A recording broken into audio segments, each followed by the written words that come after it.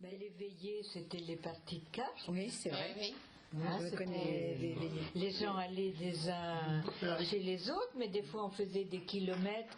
Ben, ici, c'est les villages. Le conte est l'art de la relation. On est dans l'instant présent avec les gens. Nos histoires, ça compte. C'est l'occasion de se retrouver autour d'une histoire, de s'écouter, de se raconter, d'échanger, comme dans les veillées d'antan. L'idée est d'aller chez les personnes choisies par les auxiliaires de vie sociale de familles rurales, pour que je leur raconte l'histoire de Léon et Lisette.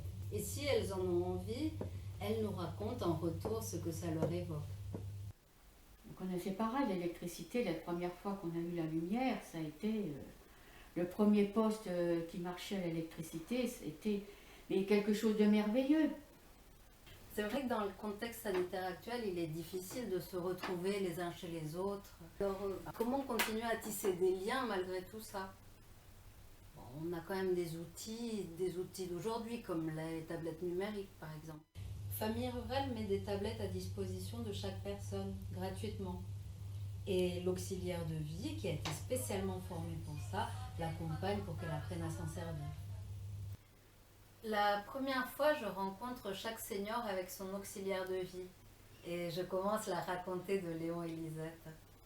Puis les 2 fois suivantes, l'histoire continue en lien avec un autre senior, grâce à la tablette numérique. Et si la situation le permet, pour finir, nous aimerions réunir les 4 seniors concernés avec leurs auxiliaires de vie.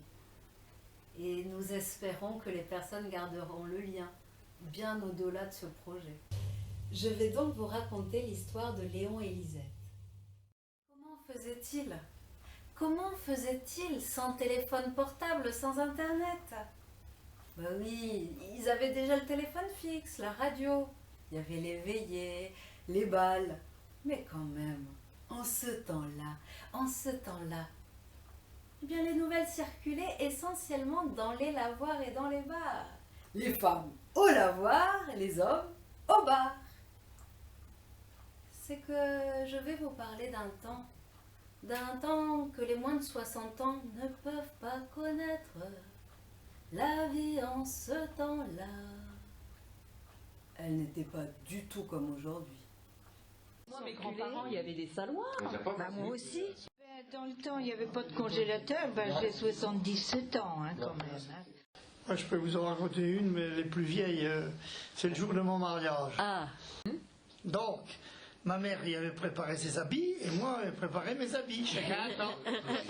Bon, ce jour-là au matin, panne de courant.